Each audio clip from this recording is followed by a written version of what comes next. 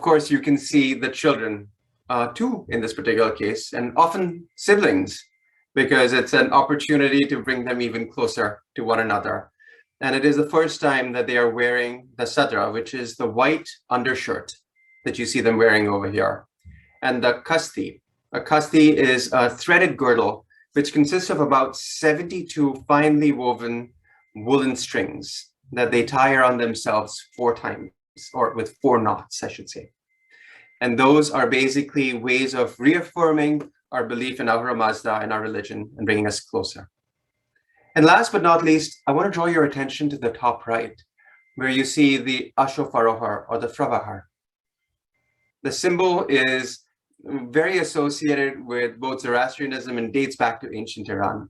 We'll speak more about this as we go later into the deck. And while there are, of course, many interpretations, many of them secular, of course, we believe it represents our connection between mankind and the Lord through our guardian angels. And let's take a few minutes to talk about our guardian angels, known as the Amesha Spentas. And I'll request if Anaita Jamula can help us go through this, please. Thank you. Thank you, Fred. Good evening, everybody, and thank you for spending a little bit of time here today learning more about our religion, Zoroastrianism. My name is Anaita Jamula, and I'm going to walk you through, I'm going to expand further on the guardian angels that Fred talked about. To begin with, the Amesha Spentas are our guardian angels. We don't actually pray. We don't pray to them, we pray through them. And it is through these guardian angels that we actually learn how to live our life in harmony with both our environment and the people around us. Next slide, please. So in this particular slide, in this very beautiful, colorful slide, you'll find that there are 7 Amesha Spentas. The actual literal translation of that is bountiful immortals. And in our religion here, as you see, each Amesha Spenta has a theme attached to it, if you look further. And that theme represents the 7 creations of our God, Ahura Mazda. And each Amesha Spenta also corresponds to a human virtue that we must espouse so that we can be closer to Ahura Mazda. So let's dig deeper into each bountiful immortal and see what they mean to us Zartushtis. Next slide, please. The first Amesha Spenta is Spenta Menu. And Spenta Menu is one of the most important Amesha Spentas because it actually represents mankind. And mankind is an important Amesha Spenta because it is mankind who has been entrusted to actually protect all of the elements of this earth. And so therefore we actually say Spenta Menu is being a good spirit, being a good human being, and taking care of everything that has been entrusted to us. Next slide, please. The next Amesha Spenta is Vohumana, and Vohumana is usually associated with animals, taking care of animals. And you know, in our religion, there's a lot of conversation about duality, good and evil, as Fred was talking about. And that is kind of centered around making good choices in our religion, good thoughts, good words, and good deeds. And so Vohumana stands for good mind. That is the human virtue. And it is important to have a good mind so that you can therefore make good choices that lead us to good thoughts, good words, and good deeds. Next slide, please. The next Amesha Spenta is Asha Vahishta, and you'll see Asha Vahishta always gets correlated with fire and good. And here it talks about righteousness, speaking the truth, being true to oneself, and having truth and order and justice in the world. And so you'll oftentimes see Asha Vahishta with some fire in their hands. Next slide, please.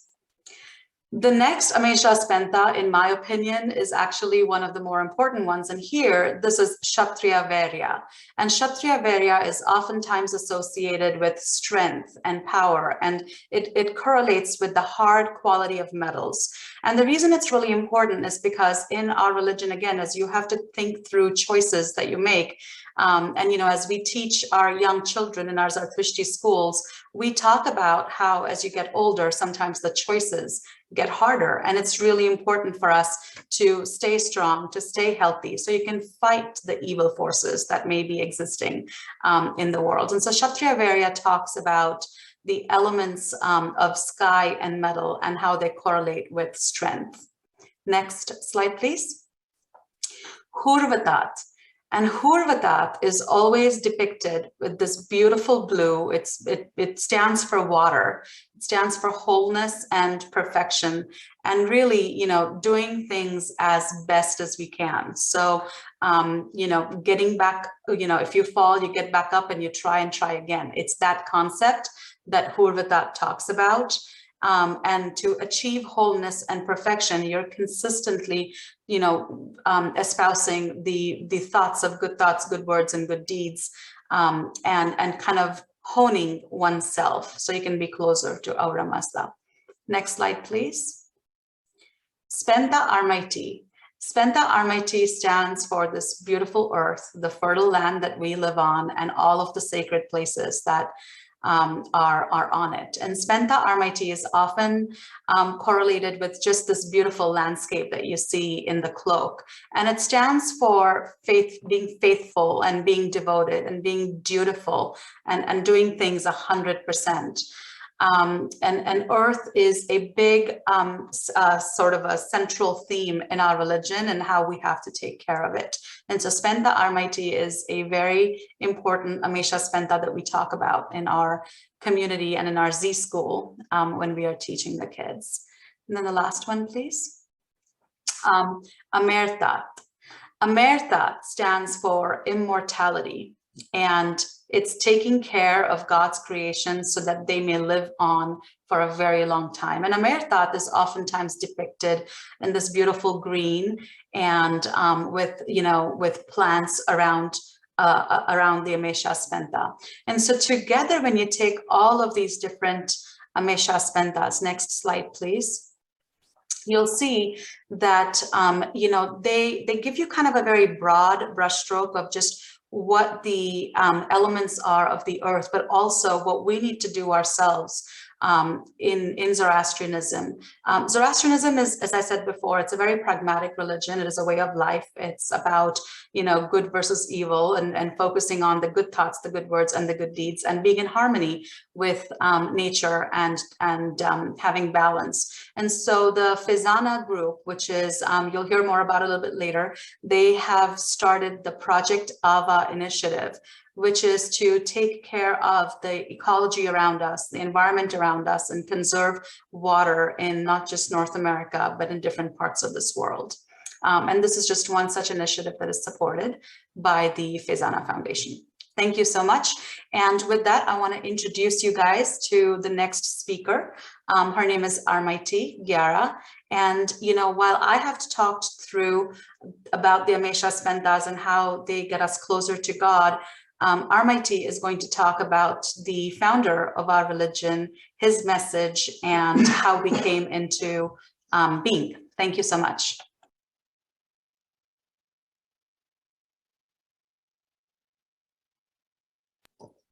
Good evening, everyone. My name is Armaiti, and I will give you a brief overview of the life and teachings of Zarathustra and dive very briefly into the history of Zoroastrians and the evolution of Zoroastrianism.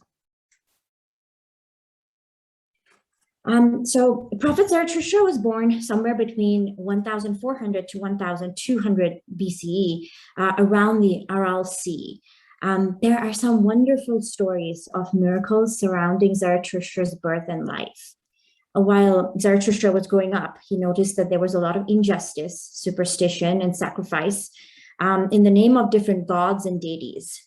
So at the age of 20, he left home on a quest to find the truth. At 30, after 10 years of looking for answers, he was enlightened. Ahura Mazda and the archangels, Amesha that Anaita went through in detail, guided him and answered his questions on how to live a good life. Next slide, please. In ancient times, the law and religion was set by the king that ruled the land. This picture here is a depiction of the court of King Vistaspa and the queen Hutoshi. And they were the first king and queen to embrace the religion taught by Zarathustra. Has started the practice and the spread of the Zoroastrian religion. Next slide, please. So during this time and during the life of Zarathustra, he composed the Gathas, or the holy songs, in a very ancient and old Avestan language. And the teachings of Zarathustra were put down in these Gathas. They were, and all these teachings that were taught to him by Ahura Mazda were put down there. And one of the very core teachings are the practice of Humata, Hukta, and Huvarishta, which is good thoughts, good words, and good deeds. And some of the other teachings are preach not by words, but by acts of service, happiness to him who makes others happy, and so on and so forth. I also want to draw your attention to this picture, or the Fravohar, which is on the right-hand side here. It is one of the oldest and the most highly regarded symbols worldwide. The original meaning was thought to be the sign of power and supremacy. Another interpretation is that it is a Fravashi, or it's the guardian angel. Zoroastrians wear the Fravohar around their necks to keep us connected to our roots, and also as a constant reminder to always make the right choices. Next slide, please. Now I'm going to dive into a little bit about our different dynasties and different eras within the Zoroastrian religion. And so the first one is the Achaemenid Empire, and it was called the First Persian Empire, which was based in Western Asia. Zoroastrianism was practiced by the kings and that ruled during that period, and they followed the tenets of Zoroastrianism. One such king was Cyrus the Great. It's the picture that you see on the left, and he triumphed not just through conquest, but also by showing tolerance and mercy to those that he defeated. Cyrus's most renowned act of mercy was to free the captive Jews whom Nebuchadnezzar II had forced into exile in Babylon. Cyrus allowed them to return to their promised land and to rebuild their temples. This incredible event was epitomized by the Cyrus cylinder, which you see on the right. It is written in Babylonian cuneiform, and it chronicles Cyrus's numerous acts of mercy. The cylinder is regarded as the first bill of human rights, and it is housed in the British Museum. Next slide, please. Now, besides Cyrus, we also had many other kings, and one such king that continued to build and grow the Persian Empire was Darius I. And he started building Persepolis, which was the ceremonial capital of the Achaemenid Empire. The Gathas, or the Nasks, that were written by Zarathustra were housed here in the libraries. During the Achaemenid Empire, as you can see in this map, all that is peach in color used to be the Achaemenid Empire, which would span from modern-day India to the right and across to the coast of Turkey and down through the Mediterranean and Egypt. The first Persians were the first people to establish regular routes of communication between the three countries, Africa, Asia, and Europe. And they built many new roads and developed the world's first postal system. The Royal Road, which was from Sardis, if you can see, more towards Turkey, down to Susa. And this road was a distance of 1,500 miles, was covered in 6 days by mounted couriers riding day and night. Next slide, please.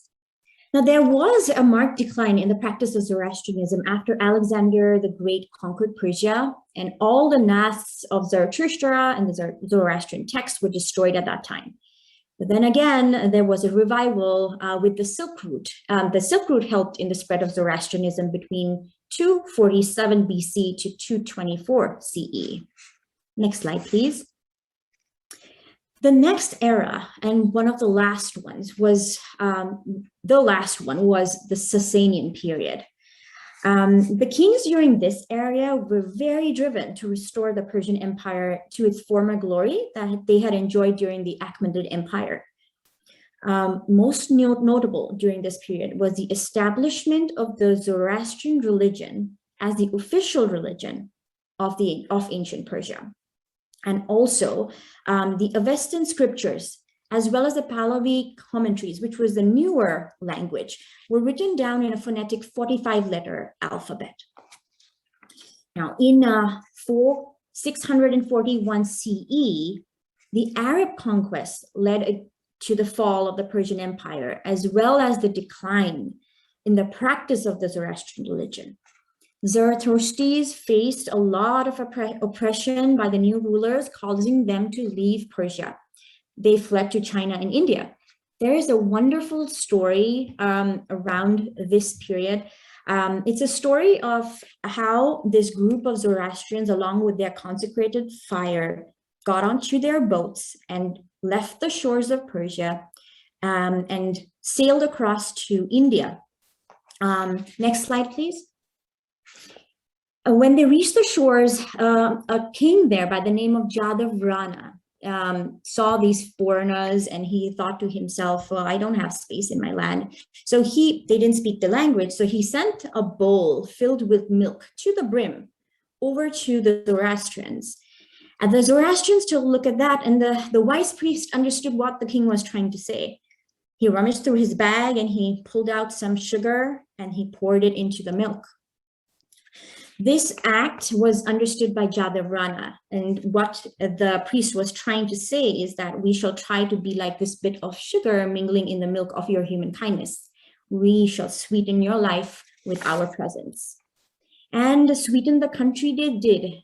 And my colleague will explain to you how they did that in future slides. And the thing that they did have to do, though, they did have to follow a few rules. They were given a piece of land, but they did have to give up their weapons. The women had to wear a sari, and in this picture you see a depiction of that. They would need to speak the language, so we did learn the language, and we do that even now.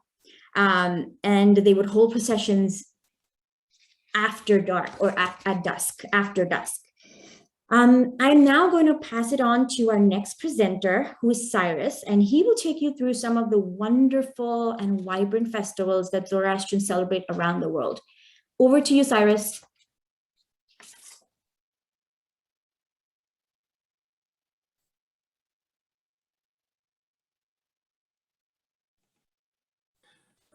Good evening.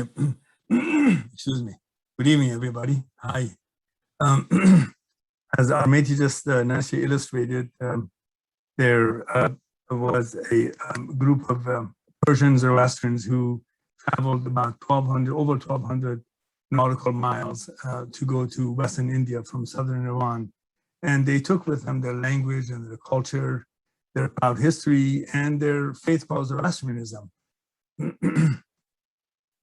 As I've learned from my newly found cousins, that they have kept their traditions with some changes, of course. They practice quite a bit of the practices and celebrations that we in Iran have maintained. And in the next few slides, I will show you, forgive me, I will show you some of the more popular festivals that we maintain today in Iran, and they originally started among Zoroastrians in Iran and as more of an annual events, and they were adopted by in the country Iran, and as well as in India and other countries in the region. The first of which is Nowruz. Nowruz is the beginning of the spring season. That's when the night and day become equal length. That's when the daylight conquers darkness, and the new day and the new year and a new season begins. people begin to do spring cleaning. They wear new clothes, and they spread and they place a nice table in their house called Hafsin, with all of the elements from the nature and some of the decorative ideas and flowers, which you see on your left. And by the way, these next slides, as you notice, all of them are in chronological order, starting from the day from the Nowruz, which is the first, and then end with the midwinter celebration. Next slide, please.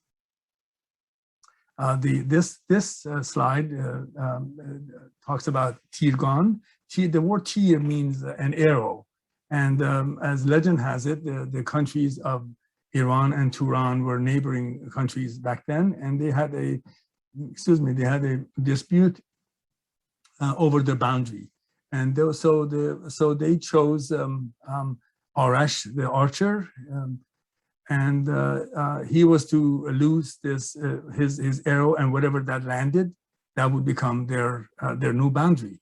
Well, he did that, and then Iran was happy because the dispute was over, and at that time Turan had been suffering from a long drought, and because of the celebration, the rain came and poured on both kingdoms, and the people were happy, and peace came. Next slide, please. This slide talks about Mergan. The word Mer means love and dedication, friendship, any of those positive attributes to Izad Mer, and it is a time of autumn equinox and time of harvest. It is also known as autumn festival, and when harvest is collected from their farming, and they store them for the rest of the year into the winter season. Next slide, please.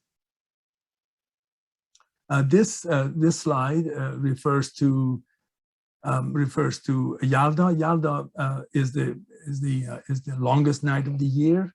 That's and right after this night, when the days become longer and night become shorter, and that is when some of the harvest from the previous growing season have been preserved. And I will tell you quickly that pomegranate you see on the tables, they were kept under in a ditch, and they covered them with dry clay or soil, basically, in a dry place, and they actually maintain themselves all the way through these months until this night. They take them out and they enjoy them, including the watermelon. My own father, I remember, just a quick note, he used to pick the biggest watermelon he could find in the summer months, and then he would wrap it in a set of strings, and it would hang this on a single string from the roof, from the ceiling, in a dry basement. And I would not believe it, but he would bring it down in the Shab Yalda or Yalda night, and we would cut it open. It would pretty much just as fresh as we would find in summer months. But anyway, so some of these fruits that are preserved, and also fruits in season, have been placed on top of the short table. A source of heat is maintained underneath the table. People gather around the table, and storytelling, eating, reciting poetry from Hafiz, and enjoying each other's company. It was the order of that particular gathering that night. Next slide, please.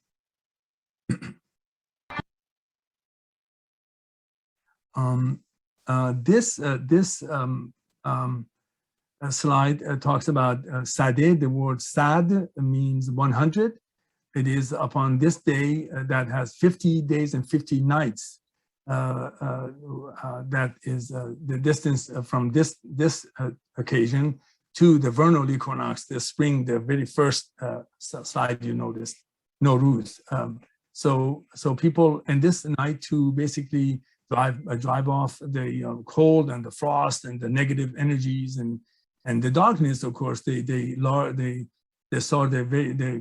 up a very large bonfire, really quite large, and people gather around this. And some people obviously are not allowed or are not able to be in this gathering, so they stay in their homes. And the ones who stay in home, they light up a smaller fire on top of the rooftops. But in this particular gathering, with ceremonies and with prayers, they light this bonfire, and they're quite joyous and they're happy. And the closest thing that I could find was the Burning Man in the Black Rock Desert in Nevada that I remember. But I've been near one of these bonfires, and it's really quite awe-inspiring. Just the heat and the light, and the immenseness of the heat is just unbelievable.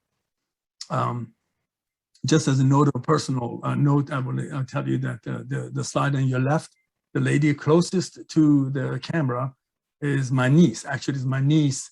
This group of women were the first, and I believe in history of Zoroastrianism that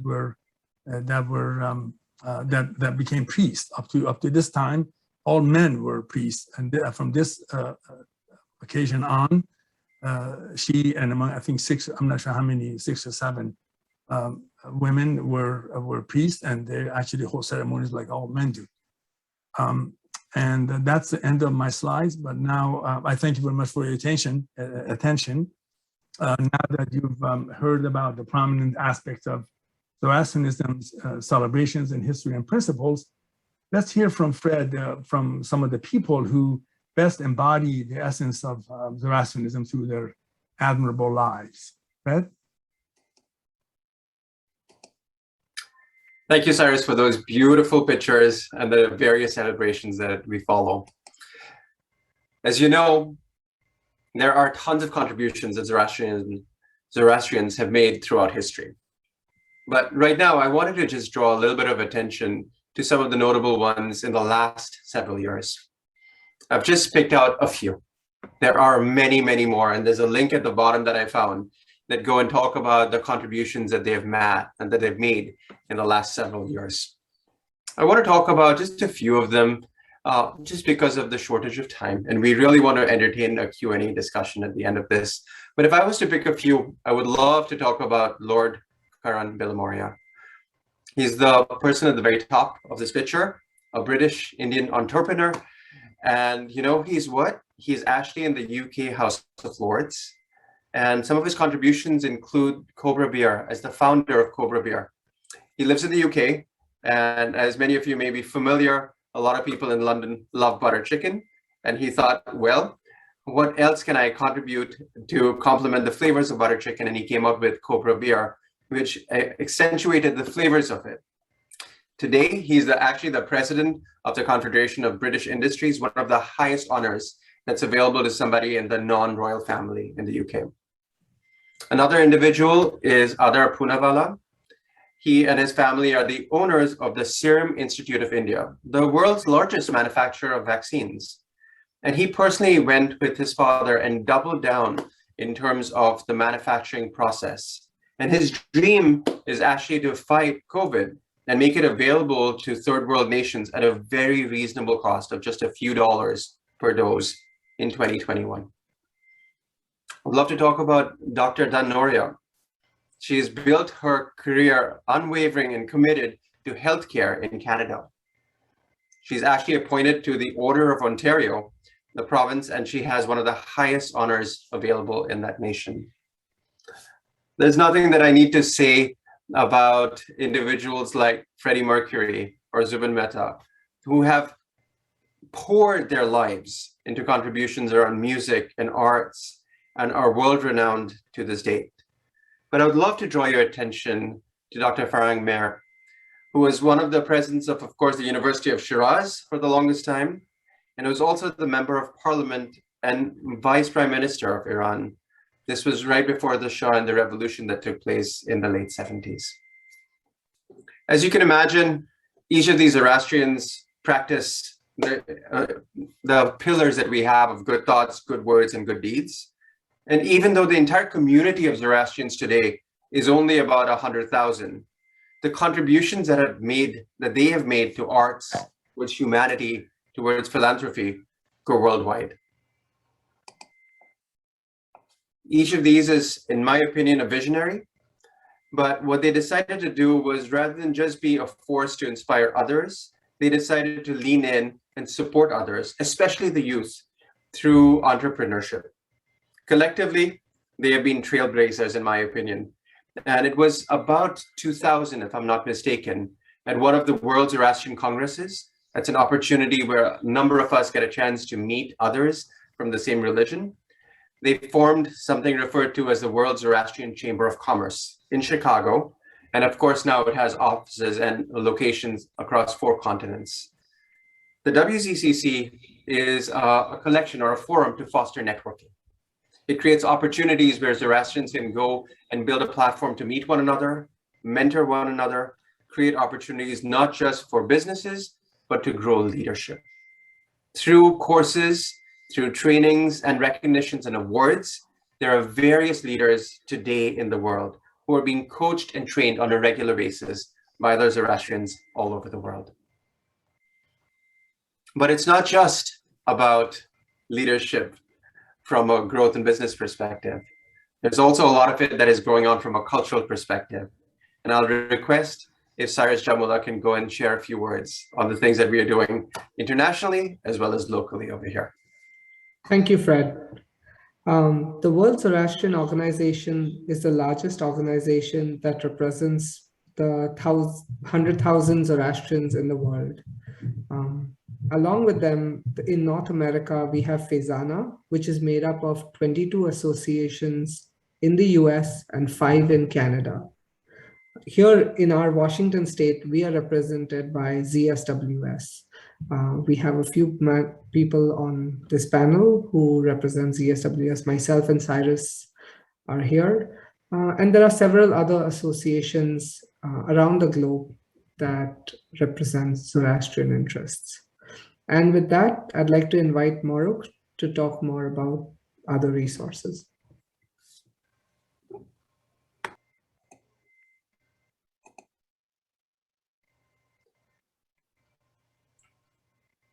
Thank you so much, everyone.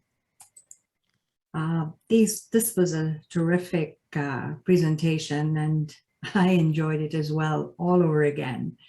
Here are some of the resources that I thought would benefit everyone who wants to know more about Zoroastrianism. This Divine Songs of Zarathustra, if you're interested, they are beautifully written. This is a direct discourse that Zarathustra has with Ahura Mazda, and it's really, really very thought-provoking, very profound in deep thinking. So that is, these other resources. One of the other resources that I would like to I would get your attention to would be the FIZANA, FIZANA.org, which is an excellent resource. We have bulletins, we have the journal, that's a quarterly publication that comes out that carries a lot of activities and everything that's going on in our Zoroastrian world today. And Avasta.org, the last one, is an extremely informative site. If you need any more information, it's got tons of information. So I just thought I will put a few out there for those of you who would like to know more about our religion. And with that, I will come to an end. I would like to thank all our panelists, Cyrus Jamula, Arnaita Jamula, Fred Besania, Armaiti Rani, Cyrus Kupcher for a job well done. Thank you very much. Really appreciate it. If we can have the next slide that has all our bios in there. And then the slide after that is our email addresses. If anyone would like to get in touch with us or would like to know more about our religion, you're more than welcome to contact us. Thank you very much. And I will hand it over to you, Toby. Thank you. Thank you very much. And thanks to all the presenters. Those were wonderful presentations. And just so everyone knows, the slides and the video, well, minus my brilliant opening remarks, the slides and the video will be on the FIRE website shortly, as soon as we can figure out how to transfer it from Zoom up there. And so you'll be able to review it again, share it with friends. But the nice thing especially is having the bios and the email addresses in the slide deck that you'll be able to reference. So now we'll move into the question and answer period. As I mentioned previously, if you would like to ask a question, please click on the raise hand icon at the bottom of your Zoom screen. At least on a browser, it's at the bottom. I'm not sure about the apps on mobile devices. We'll recognize people in the order that hands are raised. And when you're recognized, as I mentioned before, you'll be made a member of the panel like the presenters. And that does take a couple of seconds. It will look to you like your screen was disconnected and then reconnected. But that's how the Zoom switches you between the audience and the panel. Once you're added to the panel, you'll need to unmute your audio, and you can also turn on your video if you'd like the panelists to be able to see you. And we encourage that. After your question is answered, and if you have any follow-up, that'd be fine. We'll return you to the audience. And again, it'll look like you're being disconnected and reconnected. So the first person with their hand raised is France Giddings. So let's add France to the panel so she can ask her question.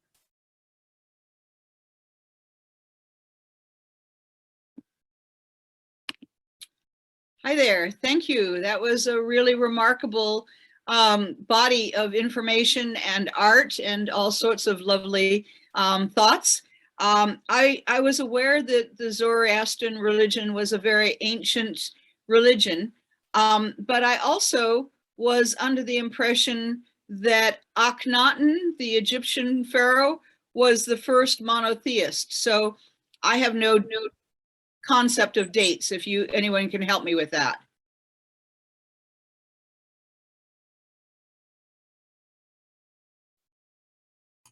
I can go with that question. Thank you for that question. To be honest with you, I was not aware of that. And I would not know the exact time frame when the Egyptian king that you're talking about would be referenced with in terms of the Zoroastrianism faith. So really, to be honest with you, I'm not aware of that, unless someone else on the panel is aware of it. Anyone? So. Thank you, France.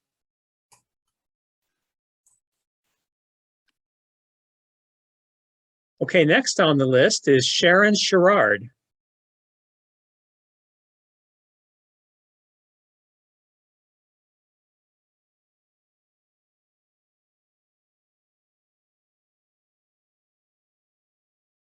Okay. Hello, Sharon. Yeah, I'm here. So while you were talking, it's really interesting to me as a Christian who has obviously monotheistic roots that, you know, Judaism, Christianity, Islam, which are cousins, sometimes nice to each other and sometimes not, but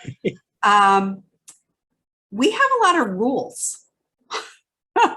No, our sacred texts include a lot of rules. And your faith seems to be more open to individuals to understand what are good thoughts, good words, and good deeds. Can you comment on that, please? So I can take that question. Think about it this way. Most people will say murder is bad, but if somebody's a soldier and they happen to wound or injure or kill somebody on the other side, that may not be considered as murder. So it's about context, and our religion talks a lot about context and understanding how to interpret goodness and how to spread the right betterness for everybody. So yeah, it has few rules: good thoughts, good words, and good deeds, and everything is in context. And you know, it's a matter of perspective to learn and do what you think is right. Thank you. Thank you, Sharon. Next up is Marilyn That is Myers. an excellent observation, by the way. It's actually something we talk about with the kids that we teach in our community. And it's a big portion of, you know, in my opinion, growth of learning in our religion.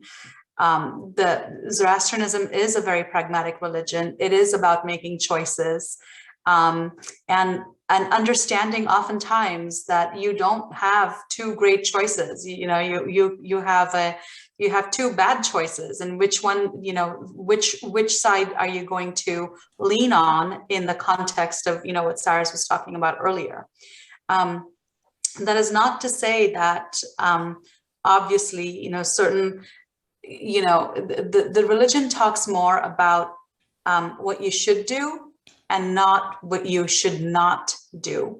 And so you should have good thoughts, good words, good deeds. You should try and do as much charity as possible. You should lean on having, you know, the human virtues that we talked about with the Amesha Spentas. What it doesn't say is, if you don't, then what? Because that is something that, you know, the religion just doesn't, you know, obviously there's consequences to your actions, and those consequences are carried alone by you. But it's not the effort is not spent in explaining the consequences. It's making the right choice in that moment. And so that is a very astute, I don't know where the question came from, but it's an incredibly astute question. Thanks, Sharon. Thanks again, Sharon. Marilyn. Thank you. That was an absolutely wonderful presentation. I really appreciate it a lot. So thanks to all of you. I wanted to ask, is there any tradition or effort on the part in Zoroastrianism to convert people who have not been born into the faith? And if so, what kind of, how does that manifest itself?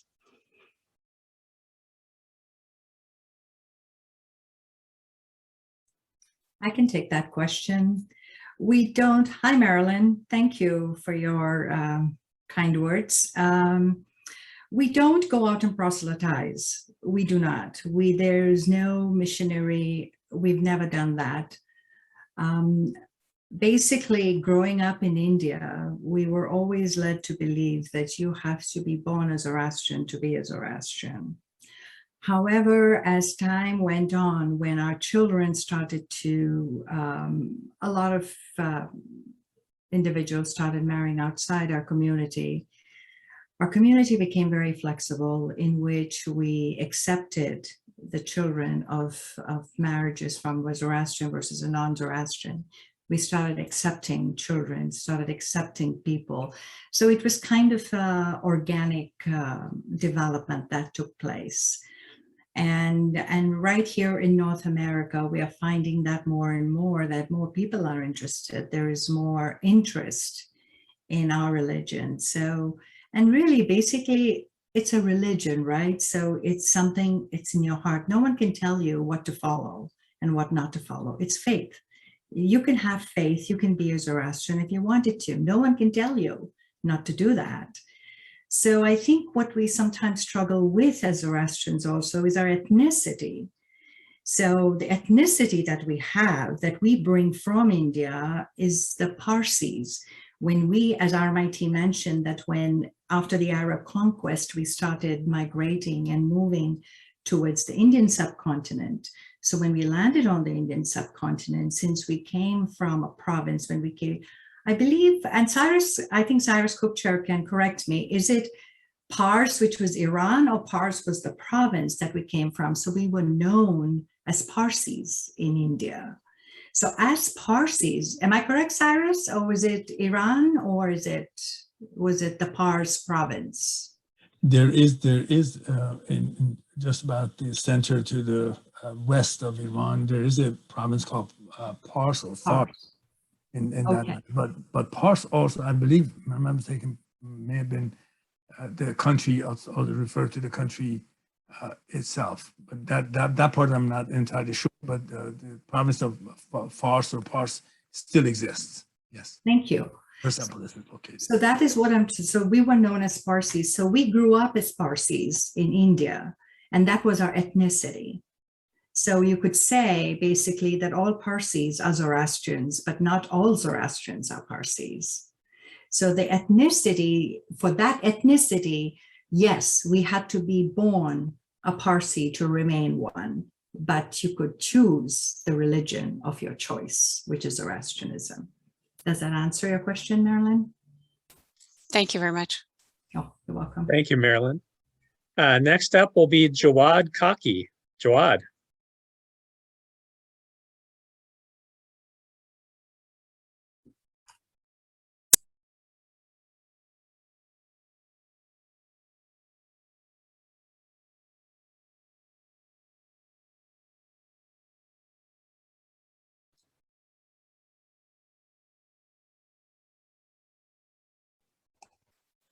Need you to unmute. We go. There you go. Sometimes it works, huh? Well, I was very interested. Namaste. તમે બધા ઠીક છો આશા છે. ગુજરાતી બોલું છું. તમે મારી ભાષા સમજો. Oh, gee. Very good to see you. It was an excellent presentation from every one of them. I learned a lot of things. I have a few questions, and perhaps this may not be the right thing to get into all of them, but pointers would be helpful. You see, one basic question I had for you was really, what are the basic elements of the faith, right? When to say, I believe in this, and I become a Parsi. And then what does the faith ask me to do? I think Anahita did mention about some things to do, and you don't say what not to do. Like in our case, we have usul and furu. Usul is the, the roots, and furu is the fruits, the branches of the religion. There was one question. The other part really is that, did I hear right, only 100,000 Parsis in the world? That's right. If that's the case, then what happened to the Parsis in Iran? Because there must be some in Iran. When I went to Isfahan, I saw this many Zoroastrian religious, locations. And how would you characterize the growth of the Zoroastrianism in India and elsewhere, and their relationship with those in Iran? Jawad, it's a pleasure to see you as always. Thank you for attending. The religion has definitely been a declining religion in terms of our population, but in terms of belief and in terms of interconnections, it's been exceedingly strong. When we talk about the number of 100,000, we're referring to as the Zoroastrians all across the world. These are based on censuses that we try and take every 5 to 10 years. And we've seen a migratory pattern that's been happening between Iran, India, and various parts, whether it's Europe, North America, or Australia, where people have been really becoming globalized at the end of the day. With respect to Iran, there are a lot of people. In fact, my parents had moved to Iran in the 70s, right before the revolution. And they said there were a lot of Zoroastrians there, but there are also people who are non-Zoroastrians, but have a history of Zoroastrianism in their blood, where they were probably converted or had faiths and beliefs from several centuries and decades ago. My wife was at Costco just recently. We were at the Ashofar her. A lady came running up to just greet her and hug her because she's like, are you from Iran? And she said, I'm not, but I'm a Zoroastrian. So there's still a lot of the belief system of, hey, this is the ancient heritage of India, or Iran now in India. The second question I wanted to get into is like, what are the belief systems that we follow? And there are actually very few. It is not a very structured, thou must do the following things. The simple structure starts with a lot of education at an early age for the children. And we've got some of the amazing teachers on the call today who are helping even for the Seattle community, which has in the order of probably about 40 to 50 Zoroastrian families living over here. And they start, sharing the preachings and the teachings of Zarathustra and the teachings of our religion. There is the Sadapushi ceremony or the Navjot ceremony, and that is an introduction into the faith. But it is at that point that you start making your decisions. The decisions are left up to you after that. And you've got a network of people to hold you and empower you along the way. But I would open up to others on the call also to share anything else. Thanks. Looks like we're good. Thank you very much, Jawad. Thanks, Joanne. Thank you guys. Great presentation. Thank you. Next up will be Rich. Rich, I think your last name is Atter.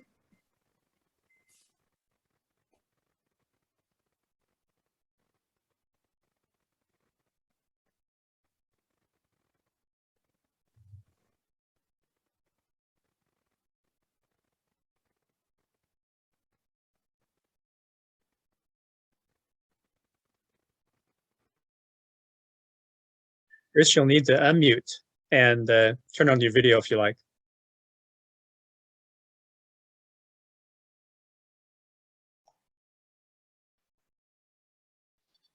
There we go. Hi. My question was specific to Cyrus Kubchev. You had mentioned during one of the holy days that you spend the evening reading the poetry of Hafez. Now, I love Hafez's poetry. I had thought he was a Muslim. Is he Zoroastrian? Or does it even matter?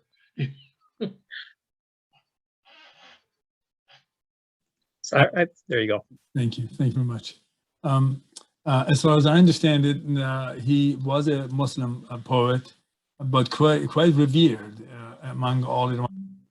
And on that particular night, he probably is a sole poet that his poems are read and recited and talked about and enjoyed. That's as far as I know. That's really what I can share with you right now. Must be wonderful. His poetry is beautiful. Thank you. For sure. Absolutely. Absolutely. Thank you, Rich. Next, we'll go to Steve Wilhelm. Steve.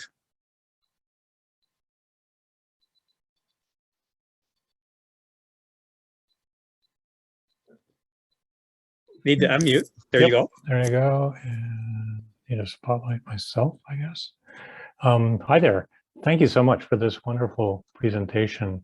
I have three questions. And forgive me if they seem odd in any way. One of them is that book by Friedrich Nietzsche, Thus Spake Zarathustra. I just wonder how that looks through your lens. You know, what, maybe it seems like it's sacrilegious. I'm just curious how that looks is one question. The second, I'll just throw them all out and then you can deal with them. The second question is in terms of Zarathustra being enlightened. You know, I'm in Buddhist tradition, so in Buddhist tradition, there's a whole focus on the Buddha was enlightened, and that's what everyone else is aspiring to be on the same path. And I'm wondering to what degree that is or isn't the case in your tradition, and if there's any teachings or trainings, or if people do, you know, retreats and practice with that in mind or not, sort of how that fits or doesn't fit. And then thirdly, and Farsis, my understanding is in India, they do sky burial, which is what Tibetan Buddhists do also. And I wondered if that is the case, that Zoroastrians do that in India, which as some people may know is putting a body up on top of a tower in vultures, which is a very nicely way to do it, I think. But anyway, I wanted to ask you about that. Thank you.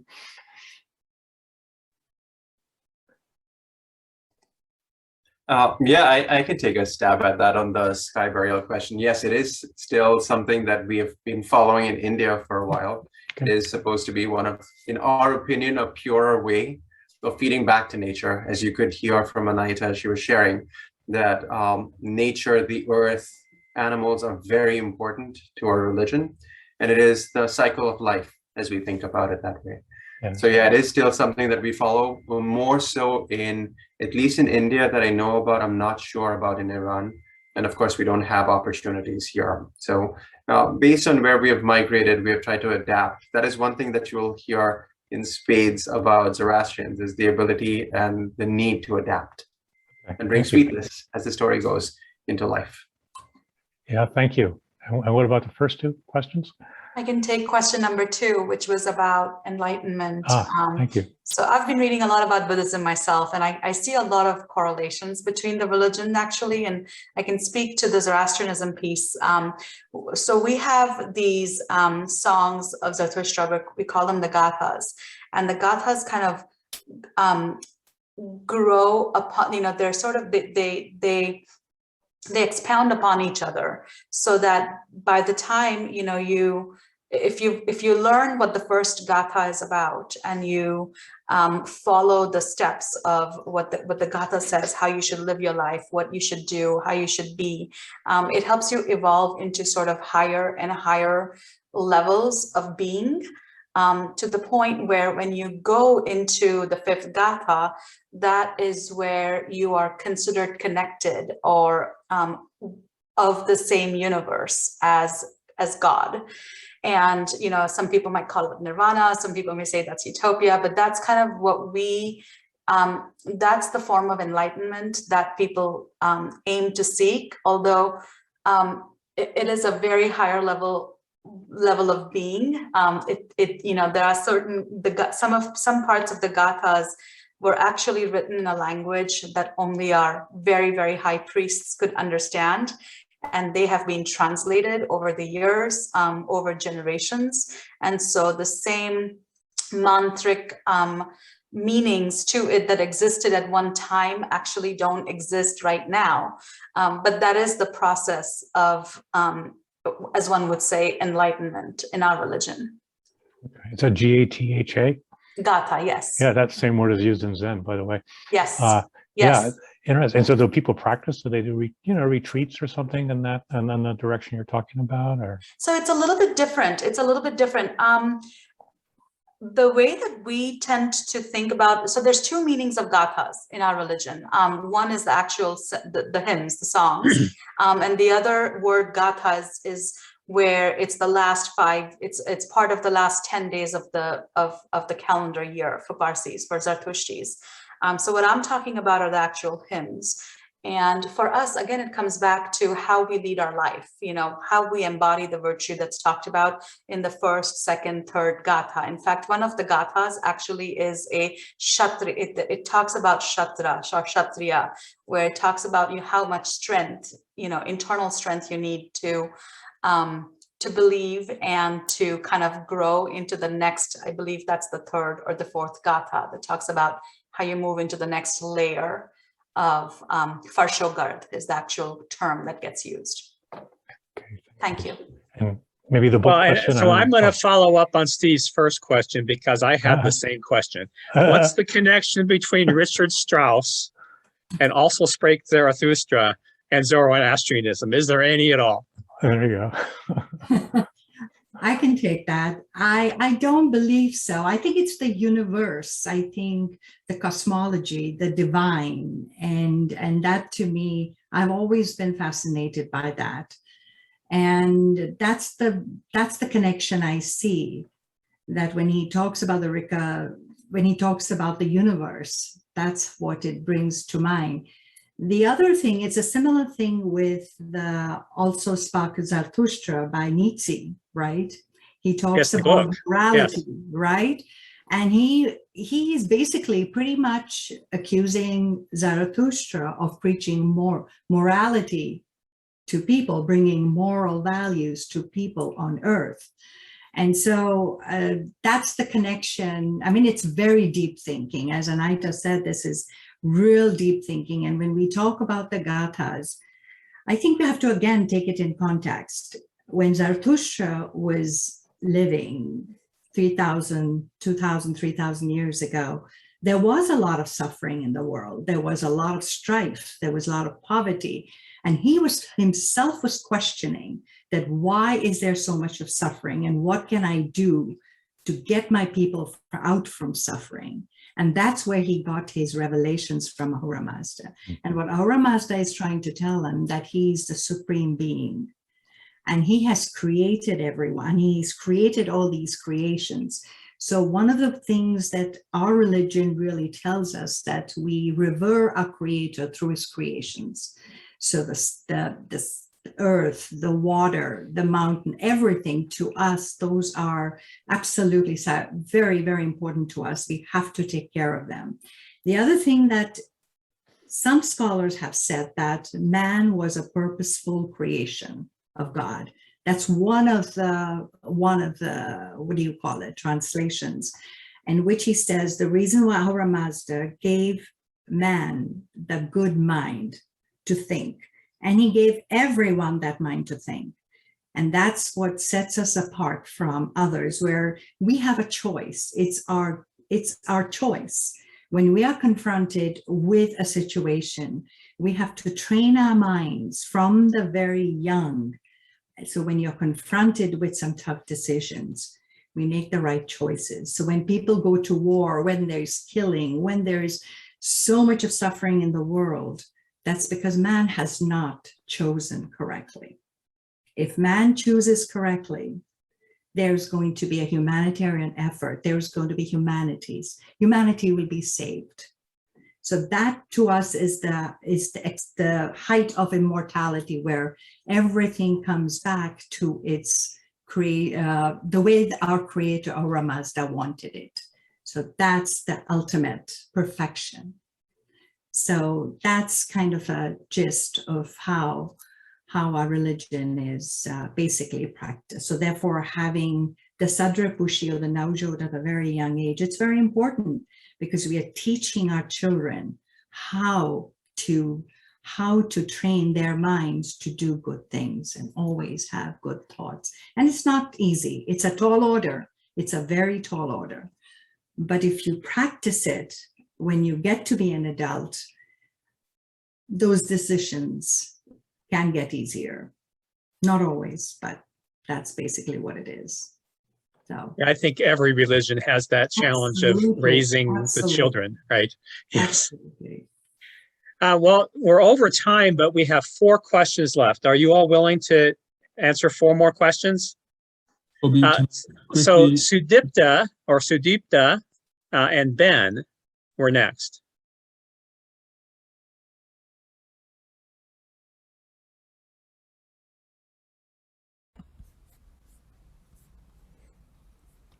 Welcome. Thank you. That was a really great presentation, and I think the message of the need for unity is especially timeless. We have a question about the language. You mentioned an ancient Avesta. Avesta language, and are there more works in that language, or is it similar to other like Urdu or Farsi or other languages? And if you say prayers, would you say them in that language or a translated one? So anything around the languages you can want to speak of.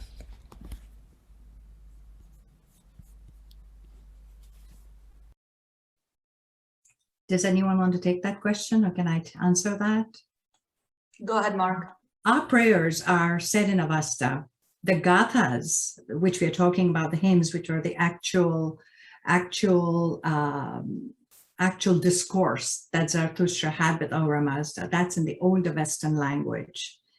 What happened was that most of those scriptures during those days were passed on orally. They were recited orally.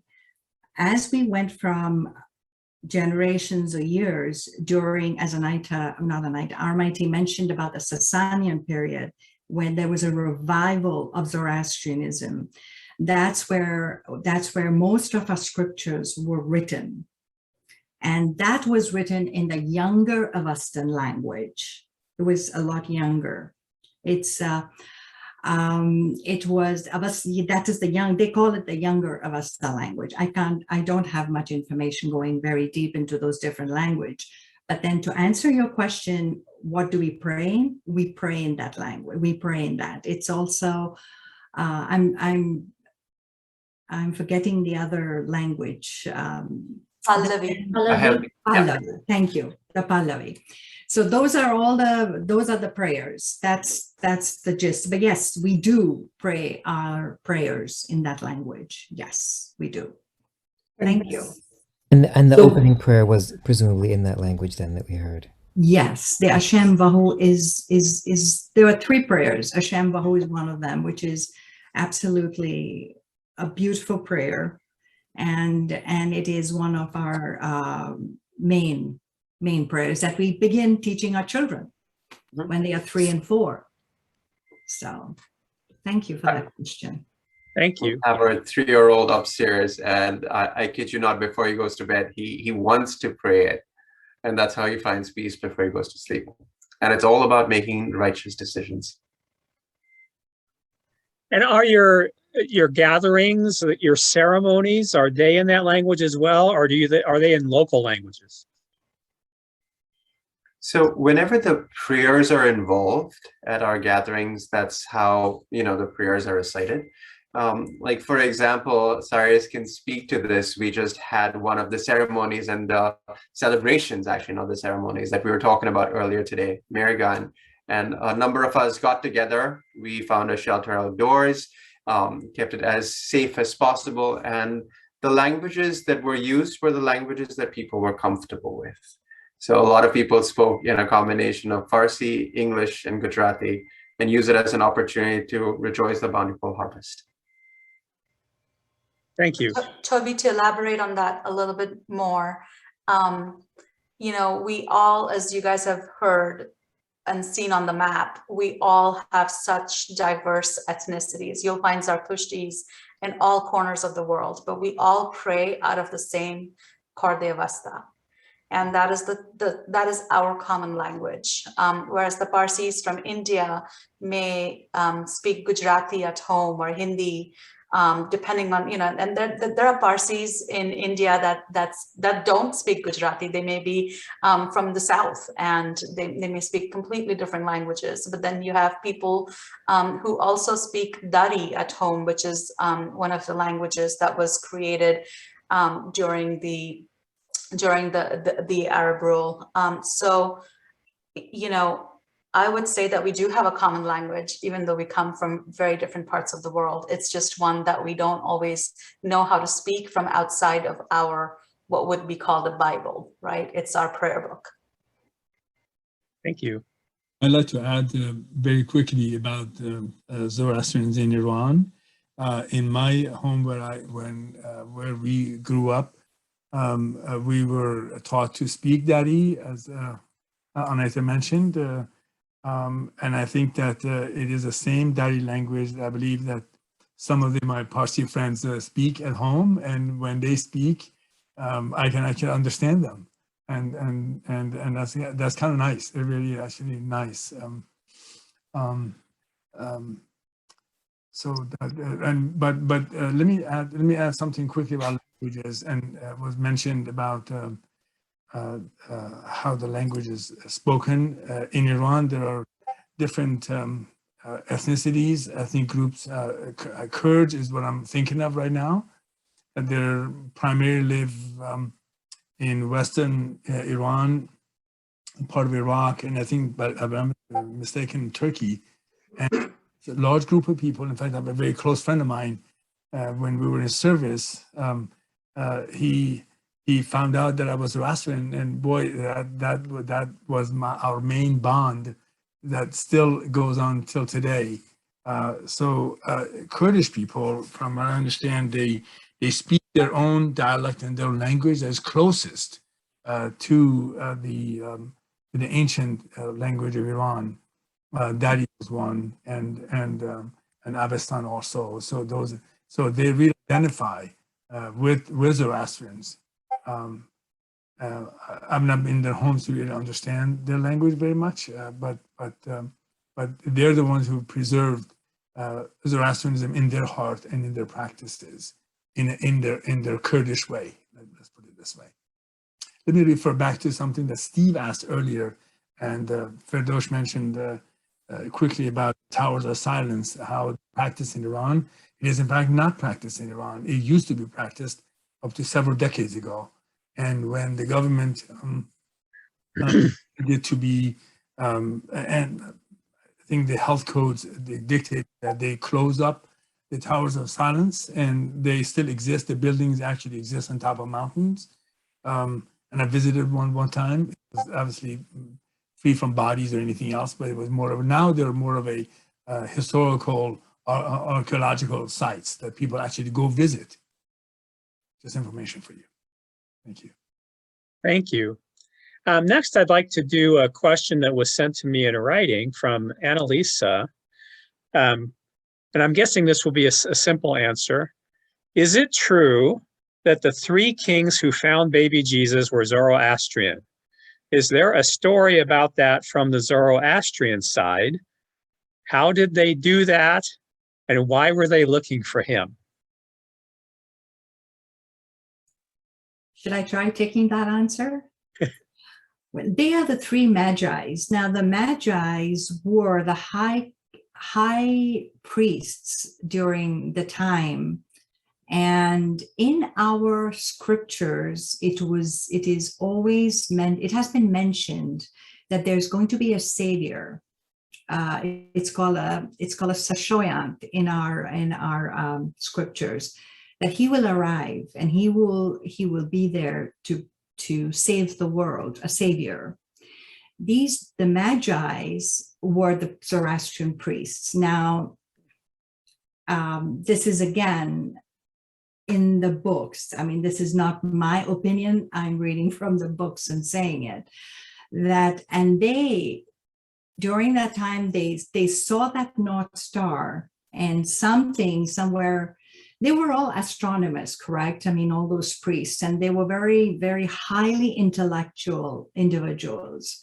And they understood that there was I don't know how much of the story is mixed with how true this is, but they followed the North Star, and the three Magi's, the Zoroastrian priests, they carried frankincense, myrrh, and there was a third one. Gold.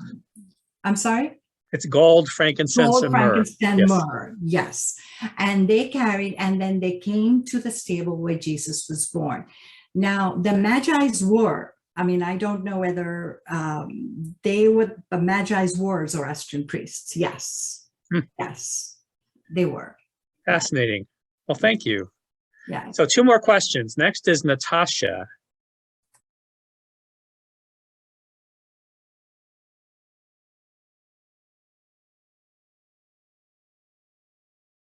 Welcome, Natasha. Can you hear me? We can. Excellent. First, I wanted to thank the panel for... Whoops, you muted yourself again. I apologize. There you go. First, I wanted to thank them for doing this panel today. And there was another Zoroastrian who did one pre-pandemic at one of the FIRE events that I really enjoyed. And so first, I would like to say I enjoyed hearing that you do the Hafsin table at Nowruz, because as a Baha'i, my kids do a Hafsin table, not as Baha'is, but because a lot of our friends are Persian. So that was a nice connection. But you were talking that someone's niece was one of the first, I don't know if it was like a priest or religious leader, one of the first ones for your faith. And I was wondering what caused that change? Is that something where the whole body of you elect that decision? Is that something where one of your spiritual leaders says, I've had a vision or revelation, we will change this tenet? And how does that work? What are your views on men and women being equal, and did that play into that decision being made? Yes, it was. This is Cyrus. Yes, it was my niece. I believe that men and women are in Zoroastrianism. Men and women are equal, and I honestly don't have the history behind how that came to be or what initiated it. But I'm not surprised that it actually happened. I'm very glad that it happened, but I don't have the context as to what initiated that change. I was told that my niece was studying, and she has always been. She's a physician. She's quite a knowledgeable person and quite a hardworking individual. She is, and I'm not surprised that she has always kept up in that pace. Ever since she was in high school, I remember my sister was talking about this particular niece that was really doing what she was doing. I'm not surprised that she actually was one of the members in that group to become a priest, in fact. Wonderful. And I do hope that your faith is able to help get vaccinations out to the whole world. That's a very noble goal. Thank you. Natasha, I can piggyback on what Cyrus said about a woman priest, but also becoming a priest if you are not born into a priestly family. So normally in our faith, in order to be a priest, you have to be born into the family. But what happened here in North America, we were finding that we were a lot of pockets of Zoroastrians around, that we needed priests, and there were not many priests in our area. So there was a program that was initiated by the head priests. We have a North American Mobed Council. The Mobed stands for priest. It's a council of priests coming together. And they decided to educate people that were interested in Zoroastrianism and to learn how to be a priest. Having said that, they are not full-fledged priests, but they are able to conduct certain ceremonies, like the death ceremony. If a death happens, there are certain ceremonies that we have to conduct. They're able to do that. They're able to do some prayers for families. If there is a new baby that's being born, or they want to bless that baby, or there is a happy prayer ceremony, that they can conduct all that. So yes, there is a movement now where this Mobedyar, as we call them, there is a program specifically for that. And my uncle, Soli uncle, who you heard him say the prayer, Hashem Vau, actually, he educated, or he trained an individual right here in Seattle. Oh, wow. Ramshid Baurusfandiari. So he is a Mobedyar here. So he does a lot of our prayers for us. And we are very, very grateful to him for that. And of course, to my Soli uncle. So. Oh, thank you. Well, you're welcome. Thank you, Natasha. And our last question, and then I'll have some concluding remarks, but our last question will be from Jim and Jackie.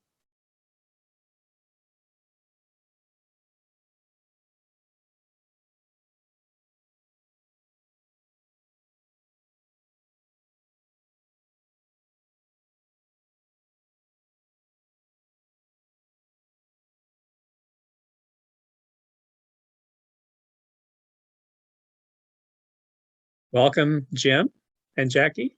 Can you see me yet? Can't see you yet, but we can hear you. Okay, I'm trying to find where the video is, and I don't seem to. Start my video. There we go. Start video, yes. Sorry about that. And it's just me. My wife was listening in, but I have the question. Okay. I found all your presentations very attractive. And myself agreeing with so much of what you said, almost to the point I said, I must be a closet Zoroastrian. But I just felt very good about a lot of what you said. In my religion, Christian, we were pacifists for the first 4 centuries, and it wasn't until Constantine baptized the Roman Empire into Christianity that Christians got involved with the army and war and fighting. It sounds like what you're saying, that Zoroastrians are basically pacifist. Do I have that right? You have the guardian angel of justice that fights against evil, and I saw the sword in there. Do you condone getting involved in an army?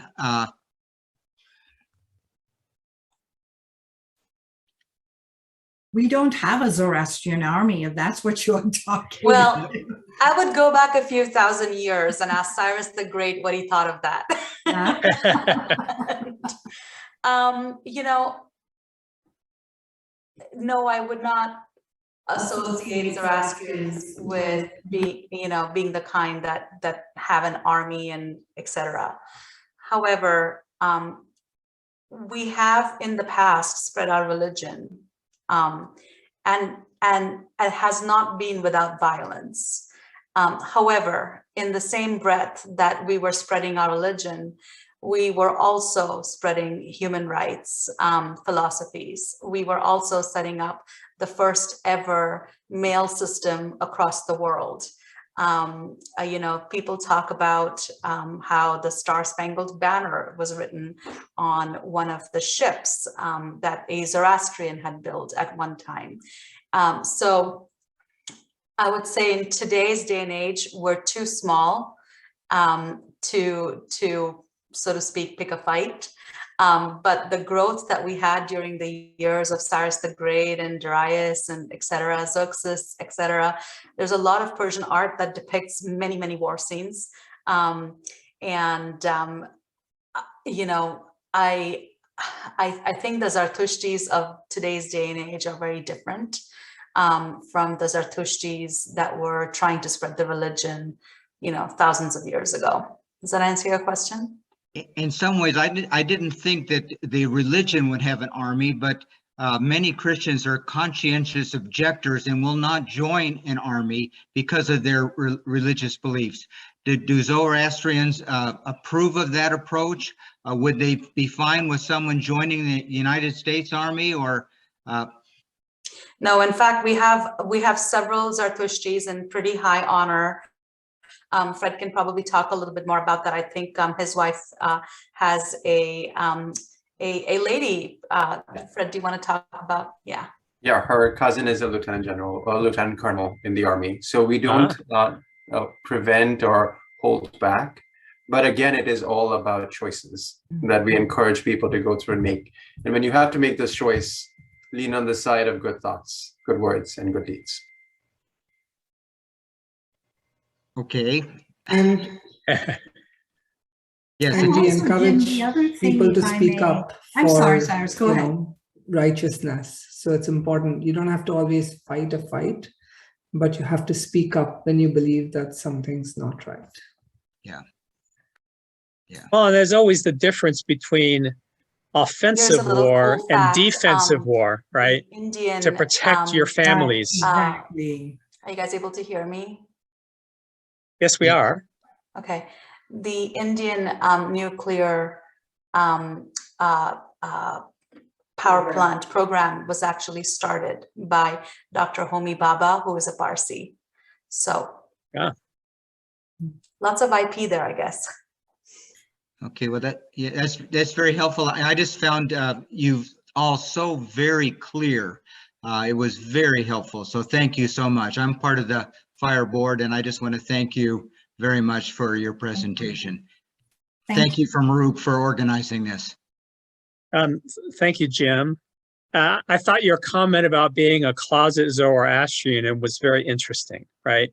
Because one of the great things that we have learned through all of our FIRE events is just how much all of our religions have in common and the similarities between our teachings. Obviously, they're expressed in different ways, but in many ways, it all comes back down to the golden rule. In many ways, there's a lot of details. So after my closing remarks, we're going to leave the Zoom call open, and anyone who remains will be elevated to be on the panel so we can have an open discussion if you like. Just wanted to let people know that, maybe have a little bit of an afterglow, as we call it in some of my organizations. But I want to thank again Maruk and all of the presenters for your preparation and for enlightening us about the Zoroastrian tradition. I know I learned a lot tonight, and I really appreciate that. I want to thank Steve and Nejmi for being our hosts and running the conference behind the scenes. Great job. We didn't have very many technical glitches at all. And we also want to thank Nejmi and the Pacifica Foundation in Seattle for allowing us to use their Zoom subscription for this event.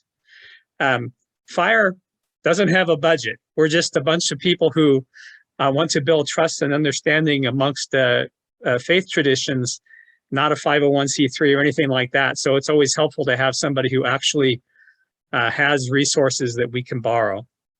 I do want to thank the FIRE Steering Committee members for all of your contributions to making this event happen. And of course, thanks to all of our audience members for joining us tonight. If you do have any comments on this dialogue or ideas for topics for future dialogues or other events, please email them to info@fire-wa.org. Right there. If you're not already on the FIRE announcements email list where we announce upcoming events, please email us at that same address and we'll be happy to add you to that email list. And we promise not to flood your inbox. If you'd like to join the FIRE Steering Committee and help organize future events, you can also contact us at that address. So we're now going to adjourn the conference. But like I said, we'll leave the Zoom call open, and anyone who remains will make you a part of the panel so we can have open discussion. Thanks again, and have a good evening. Thank you. Applause. Thank you very much. Thank you. Thank you. So I think Steve and Nejmi are going to work on promoting everybody to the panel who remains. I just want to, again, leave. Anybody who doesn't leave will get promoted so that we can have a conversation just for a few minutes. You know, I think that this went extremely well.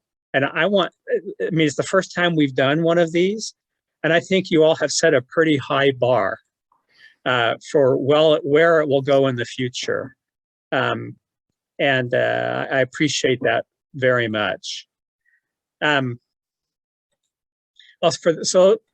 those of you who are being promoted to the panel, please unmute yourself and turn on your video if you like.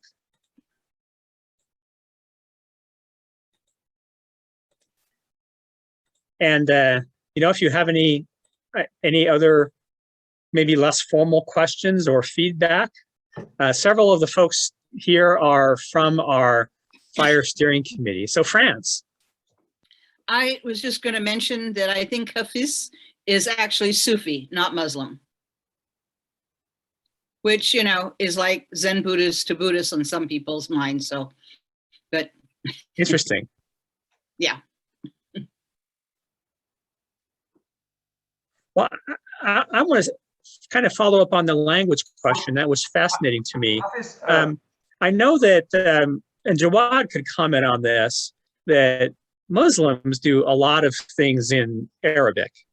And I think it's pretty standard that all kids growing up in Islam learn Arabic. Is that true for your children as well? Do they all learn these languages or not? No. I see head shaking. Not really, Toby. In fact, I don't think we can communicate in these languages with one another because we're not even familiar with them ourselves. And reciting the prayers honestly, just to me, is more like a form of meditation where it makes you go through into a state of bliss and just, you know, reciting it. And but in terms of communication, it's not something that we've used. Thank you. And just to respond to what Francis said, Hafiz, the term Hafiz, you know what Hafiz means? Hafiz is somebody who has memorized the Quran. Okay, yeah. So Hafiz was, his father was an Imam, and it was a Muslim. Is from Shiraz, is a southern part of Iran, basically, and he was in the 14th century. So, and the Hafiz, the way you know, in the old times, you know, I mean, basically there was no printing technology. All this, at that time printing was around, but in the old times, the only way to faithfully transmit the Quran to the generations to come is through memorization. Mm-hmm. So even to this day, you will find it's quite a common practice for many Muslims to memorize the Quran, several parts of the Quran, if not the entire Quran. Hmm. So I guess. So Hafiz is memorized, the one who has memorized the Quran. But the poet, I guess we both claim Sufis and Muslims. Oh yeah, because Sufism is a form of Islam. Basically. Right. I said like Zen Buddhism is to Buddhism. Yeah. Right. Yeah. Any other thoughts or comments? You know, about the language that you're talking about, I think the closest that would come would also be the Sanskrit language. The Sanskrit language dates back.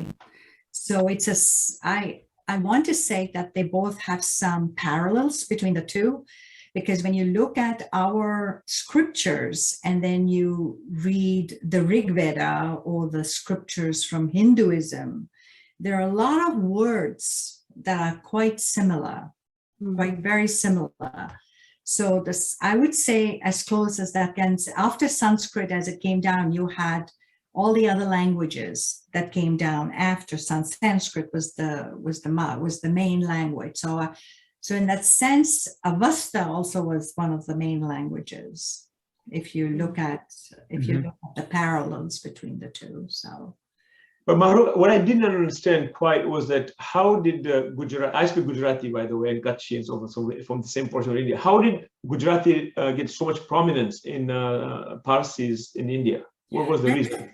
Yeah, Javad, that's because when we landed on the shores of India, in, what was that? Sanjan. In Sanjan in Gujarat, right? In 800 AD or the BC, we had to really assimilate within the community, and the community that we really assimilated within was the Gujaratis. Right. And that's how we learned that language. Right. And today, the majority of us, I would say not all of us, but the majority of us who are from India, the Parsis or the Zoroastrians from India, we speak Gujarati. Compared to Zoroastrians that come from Iran, they speak Farsi and Dari, as Cyrus Kupcher was mentioning that. So how do you see? I'm from, my ancestry is from India, also from Gujarat, and also our route is similar from Iran to Islam coming to us through Iran also. But one of the things we struggle with is how do you retain Gujarati to the generations to come? Because when the language doesn't have a functional use, it's hard to pass it on. So how do you guys deal with this? I will have the Zoroastrian school teachers here to answer that question. RYT and Anaita over here. મને ભાષા સમજ પડે છે, લેકિન બચ્ચાઓને કેવી રીતે સમજ પડશે એ મને ખબર નથી. એ લોકો સમજાવશે તમને.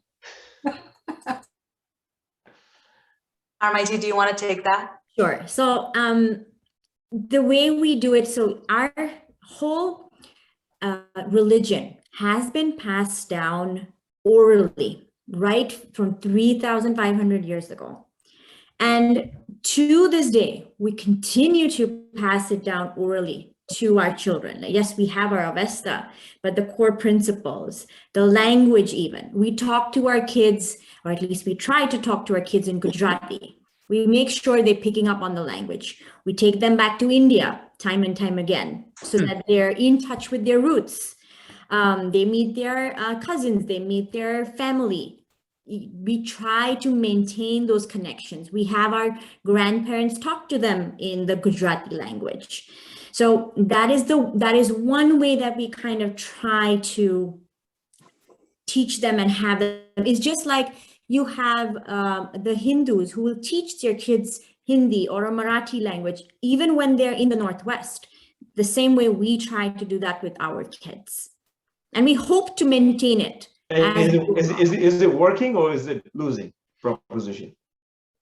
It kind of is. So here's the thing. We as Zoroastrians have always adapted to where we go to. The Parsis in India are going to continue to speak the Gujarati language. That's not going away. When we're here in the Northwest, we're going to adapt to, and our kids are, and I would think our grandchildren may lose the language. It would be our hope that they would still understand what we would say and the language that we would speak. All we can do is impart that knowledge to them, and that's what we do as teachers, impart the best that we can, and then it's up to them to use their minds, their vahumana, and then pass it on to their children.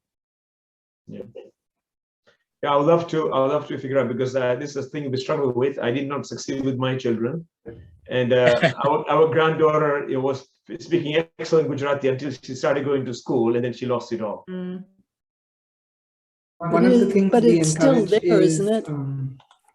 When they make mistakes, we try to use the growth mindset and just enforce that it's okay that they're trying hard, and they will make grammatical mistakes, especially with Gujarati. There is tense, kursi is feminine form, or it's kind of like French, but kids may not always pick those subtle things up. And so at least in our household, we try to encourage the kids to say, yeah, it's great you're trying, let's see if we can help you out with fixing some of those tense and things like that. My daughter speaks pretty good Canadian. I also think it's a lot about identity and building identity. And one's identity is not merely the religion that they follow or the language that they speak. I think, you know, if my children, being that Cyrus and I are both from India and we've lived in Bombay, you know, a good portion of our lives, if our children could go to India and feel like they fit in, irrespective of whether they can speak fluent Gujarati, I would say that that was a success because they know how to imbibe, you know, the culture that their parents have tried to inculcate in them. So it's hard to, you know, I try not to get caught up in language only as a source of identity. But really understanding there's the whole construct around language, right? We were born and raised in a Parsi colony in Bombay. How many Parsis had that to begin with? And then you think about, you know, your friends. And I personally, I went to a Parsi school. How many girls in India would have the ability to go to a Parsi school? So I sometimes think, you know, there's importance in language. But there's the dichotomy of that is if we were Zartushtis coming out of Iran or Russia, you know, we would not be speaking Gujarati as the language. We would be espousing something completely different. And so what I tell my kids is religion first, because language can kind of blend and flow based on where we are. I think the challenge is because a lot of the culture and tradition is passed through language, right? And some of things, a lot of the rituals are also language. It could be Arabic, it could be Farsi, it could be. By the way, Farsi also. I mean, there's a question earlier that says Pars and Farsi. The reason why it's Farsi, not Parsi, is because Arabs cannot say p. Yes. They say f. So they corrupted the Pars to Fars. So that's how it became Farsi. So the language, I think, is an important thing. And in this American, whether you call it a salad bowl or a melting pot, right? I mean, how much of it actually dilutes over time remains to be seen. So in our Z school, we actually have talked about this. If you're Zartushti and you're practicing religion in India, and you do something that's called Achu Michu, or you do a Sagan or a Jasan, and that's very different from a Zartushti who might be doing a, you know, Jasan or Sagan in say Iran. And so we talk about, you know, the cultural influences in our religion, which is, you know, we do the chalk and we do the Toran. And almost every religion has, you know, elements of having flowers at their functions, or, you know, it's all of the same stuff. But it's really, again, important to think about how we practice religion in the context of where we're in. You know, the reason that the historical context of chalk, a lot of people have seen in India, people do Rangoli. There's a reason for that. The history of that chalk is that people back, you know, eons ago, they would keep limestone outside people's houses so that whoever came into the home, the guest that would come into their house, they would rub that limestone on their feet so that they were not dragging dirt and bacteria into the person's house. That then later evolved into these beautiful geometric designs that, you know, we all do them now, whether you're Hindu or you're, you know, Parsi, you do them in India. But again, that is not a Zartushti, it is not a religious construct, it is a cultural construct. You know, and that builds part of the kids' identity. You know, they understand what that is like to eat, to live, to relate to people within that culture is equally as important as the actual language. I think one of the things that I think we are going through, all of us, is really an inflection point in the global world, basically, whereby different cultures and belief and traditions are coming together to form a new level of global consciousness, right? And in this new global consciousness, how are we all going to evolve our faith traditions, right? You know, for example, it will not be uncommon to see interfaith marriages, and then what happens then, right? And so it's been very interesting times, and all these technologies that we have right now, whether it's Zoom or Twitter or Facebook or whatever, are just also breaking down these barriers. I wonder, yeah, there you go, George. You're not George, I know, but. Sorry, what did you say, Steve? No, as a person whose name says Dribble, I don't think it's George trying to ask a question. Oh, yes. Thank you.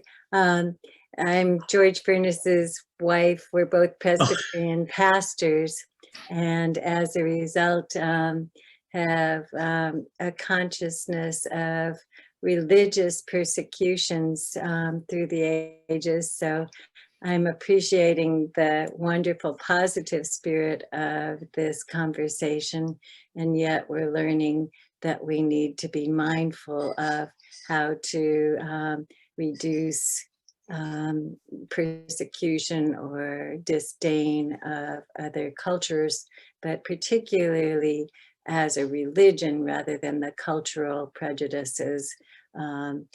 Are there contemporary, current initiatives to be disdainful or persecute folks because of your religion per se, or are you small enough or positive enough that you've eluded that propensity for religions to put down other religions? And I'm coming from the perspective of Muhammad, basically, that what can we do to build bridges? Mm-hmm. I think there is a lot of effort. This is the FIZANA, the Federation of Zoroastrian Associations of North America, are very actively involved with the Parliament of Religions. Have you heard about the Parliament of Religions? Where the faith traditions from all over the world get together on a platform every 4 years.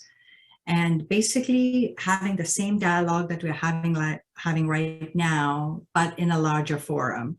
We are trying to see how all the religions get connected and how can we move humanity forward in the right direction without belittling anyone or causing pain to any religion. How can we all come together under a common cause? One of the other main things that we also do is we also partner with the UN.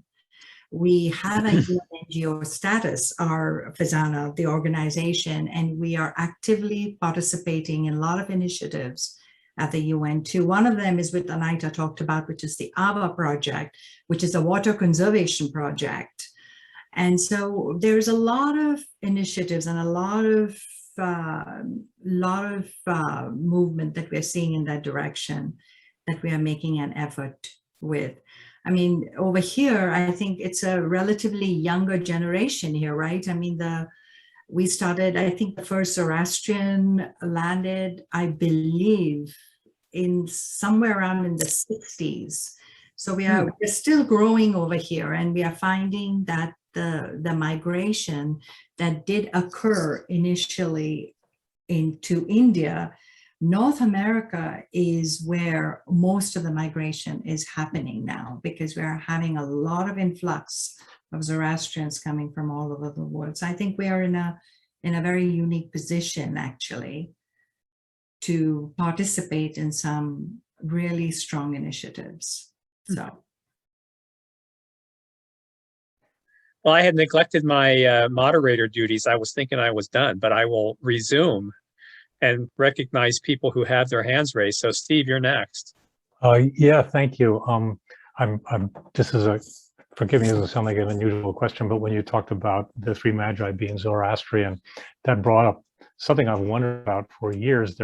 This is not a Buddhist thing at all, but there is a school of thought that in terms of the lost years of Jesus, he actually went to Asia and studied with masters there and then came back, and that the crucifixion didn't actually die, but he had all these yogic powers, so he actually went back to Asia after that and was whisked away. And I wondered, I know that sounds bizarre, but if three magi were in fact made the first contact, you know, allegedly there were some masters who came and whisked him away. And I wondered if there's any mythology or thoughts in your tradition that has anything like that. There's several books written about this, and there's places in India that claim to be places where he was after the crucifixion. So this isn't just some crazy idea. Is there anything in any of your traditions that says anything like that, or if not, so be it. Okay, just curious, because it's always fascinated me, and I figured how, you know, especially the lost years of Jesus, it's a big question, because how did he get so wise just being a carpenter? There's that whole son of God thing, you know. Well, yeah, okay, well, there you go. Okay, thank you. France. Okay, a couple of quick things. Jawad, when you were talking about Arabs not saying P, does that mean they don't say Persian? Arabs, I don't know what is the reason. I'm not an Arab, but I mean, I've noticed that they cannot really say P. So they would either change a P into a B or a F. Huh. In the case of Pars, they change it to Fars, right? And like they would say, instead of saying Pepsi, they would say Bebsi. Oh, yeah. Huh. Okay, and we were talking about Akhenaten. Because, sorry, Franz, the reason for this is if you look at the Arabic alphabet, the consonant P is not there. Ah. That's an alphabet I haven't learned yet. Thank you. Interesting. Can I add something quickly? Sure. There are actually 4 letters that does not exist when Arabic language was imposed upon the back then. There are 4 letters that have remained Persian, you might say, and there's a P sound, Che sound, SH, She sound, and J sound. These 4 letters that still remain in the Persian language, and Arabic language does not. No, She is there. Che is not there. She is there, and J is there too. I thought J. Jim is there. Jim is Jawad. Yeah, no, Jim for sure. Yeah, and also Sheen is there. Sheen with the 3 dots. Sheen, okay. I thought Sheen was one of them, but that's it. Okay, my other comment, or we were talking earlier about Akhenaten, and a friend that joined us this evening, but just texted me, said that Akhenaten lived 1353 to 1351. That isn't enough years, but anyway, so let's say 1350 something BCE. So I'm not really great with the numbers, but that sounds like y'all were sort of living at the same time period. Yeah, if it was 3,500 years before today, that would have been like about 150 years before that. Right. Oh, we're not going to argue over No, a century here or there, right? I just think it's I mean, I grew up learning that Akhenaten was the first monotheist. So interesting. So when you said that, I was like, wait. So I have a couple of questions. First, are there any particular ancient holy places for Zoroastrians, like, you know, Mecca or Kabbalah for Muslims, or Jerusalem? Are there places that, I don't know if it has to be like a pilgrimage, but are there places that you revere and go back to? Yes. I can take that on, and then Mark, you can add in. So there are a couple of different places. One is Yazd, which is so these are the fire temples that hold the consecrated fires from way back when. So Yazd is one of those fire temples. And the second fire temple is the one in Urwada, which is in India, Gujarat, where the consecrated fire was brought on the ships and then it was placed there. So those are the two main ones. And then you have many other kinds of temples that Parsis and Zoroastrians will go to. There's called Athas Berams. Now the way that the fire is created is different, and they're basically tiered. So if in an Athas Beram, you'll have 16 different fires from 16 different places that will create that one fire. In an Agyari, you'll have maybe 12, and then in Adarbe Meher, you don't need to get fires from anywhere. You can create it anywhere and pray to it. The other place of pilgrimage, or people like to go back in time and see what it was like way back when, is Persepolis, which is in Iran. So there's many tours that happen from India that, lots of Zoroastrians like to go to and see the architecture that's left behind, because it was all destroyed by Alexander the Great, but there's still lots of pieces and ruins there that people love to see. Fascinating. Thank you. Toby, let me give you, if I may, let me share with you, if I can here. Oh, I can't share my screen. But here's a place in Isfahan, Iran. Can you see that? Yeah. Yes. This is one of the places whereby the Zoroastrians used to leave their people who pass away. Oh. And it is, you can see this is one of the temples out in the hills. Basically, the vultures will come and basically naturally decompose the remains or whatever, And Persepolis is a definite place to go. I had a chance to visit in 2011. There's a lot of remnants there from the Cyrus the Great and so forth.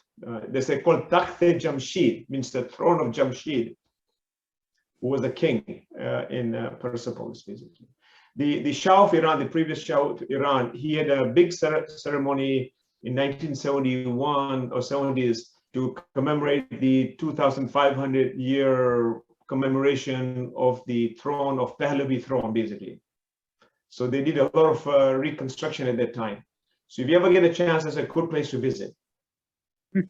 Looks fascinating. My other question had to be with your regular gatherings you said there were like 40 to 50 families in the Seattle area. And you talked about celebrations and ceremonies, but do you have like weekly meetings that people gather for, like Christian churches do and like Muslims do on Friday evenings, etc.? No, we don't. And we're actually looking for a place. Because of COVID, we lost the last place where we used to congregate, and we're looking for a place where we can meet up maybe twice a month, at a reasonably subsidized price, because we are a nonprofit. We don't really have enough money to have a place of our own. So if anybody can help out, that would be great. Well, one thought that comes to my mind is that Northlake Unitarian in Kirkland makes space available, like the congregation Kol Ami, the more liberal Jewish congregation in Kirkland, has their meetings there at Northlake Unitarian. And I think they have one other faith community that meets there as well. Do you remember, Jawad? Well, I don't remember, but I think one of the suggestions I would make is how we started 25 years ago, is that we used to rent local community halls. So on First Street in Kirkland, there's a Kirkland's Women's Club. That is quite a good facility for 40 or 50 people. Lake Hills Club next to the library was another location we used to use. And those were very, very helpful locations for us to establish ourselves. Toby, there's a Christian group that meets at Northlake too. And that's what I was thinking. I thought you all did meet at Northlake. Yeah, we used to meet at Northlake as well, but they told us that because of COVID, we can't meet there anymore. Oh, sorry, I didn't know that. Yeah, so we're trying to figure out an alternative. It was a great place. It served us very well for many years. Why don't you try? I'm on the board of Northlake. Why don't you, email me and we can retry, because things are, shifting. There are renters, and Kolami is back. So maybe that was then and this is now. Yeah, we have about 22 events a year, and we'd love to. Yeah, So I don't know for sure, but feel free to contact him. It's just the UUs aren't meeting in person, so. Yeah. What day of the week? What day of the week do you normally meet? So for us, it's usually Saturday or Sunday. Usually it's Saturday afternoon or evening, and it's not a lot of ritual. It's a little bit of ritual, but it's mostly like get together and have dinner together, that kind of a thing. And it's mostly potluck. Yeah, that might bump up against Colomé because they meet on Saturday. But anyway, contact me if you wish. And well, and I will say that when the mosque next door burned down, next door to our Bellevue Stake Center, I'm LDS, Church of Jesus Christ of Latter-day Saints. We let them use our building there for many months while they secured a new place to meet. And, I'm not sure that our church would take on it being a permanent situation, but I could certainly ask about it, if you needed to meet in one of our buildings for 6 months or so. That would be great. That would be amazing. Why don't you contact me after? Okay. And to give me some of the details. I see there was a little bit in the chat as well, and I can ask that question. Okay, that's awesome. Thank you. Thank you. Thank you very much. Thank you, Steve. Thank you. Yeah, you might try American Friends. That's the other one that jumps to my mind in the U District. Their Quakers have a great history of embracing different traditions. So, Steve, I'm going to reach out to you and get some more information. Absolutely. Yep. Thank you. Are most of your folks on the east side or Seattle or? Yeah, so I'd say majority are on the east side, but people go as down as Vancouver, Washington, and as up as Bellingham. Wow. There's a friend's place in Bellevue. Might be better than the one. There's a Quaker building in Bellevue as well. That's true. Yeah. We actually have a small group of Zoroastrians in Portland. I think there are like 10 or 20 of them, 20, maybe like 10 families they used to be. And sometimes they come and visit us in March or in the summer when we have outdoor events. We've been using the local parks a lot to meet because we mostly meet outdoors now. But once it starts getting cold, I think we need a place indoor that's large enough for, the kids and with all the restrictions. Mm-hmm. Yeah. Thank you. Sure. Thank you very much. So I'll look for an email from you. Okay. Yeah. I have a couple of cool slides I can show you if you're interested. We were just talking about Persepolis here. Let me see if I can share something with you. You might like to see. Might beat you to it. Oh, good. You should. You should. I love that. I love that you have all your pictures. There you go. Oh, beautiful. Look at that. So this is nice. So this is Persepolis. And Yep. I was just gonna show that. Oh, you want to go back and show them the cylinder? Looks like you had a picture of the. Yeah. Yeah. So these are the remnants you see in Persepolis, and you can see that it was built by the Darius the Great or whatever, and you will see. Oh, this is me and my wife over there. This is all the remains there, It is. So is this like on the southern shore of Iran? Is that what we're talking about? We flew into Shiraz, where Hafiz and Sadi used to be there. So from there is about a couple of hours drive, and it's quite elaborate. You can see that treasure was built around the southeast terrace of Darius the Great. You can read this yourself there.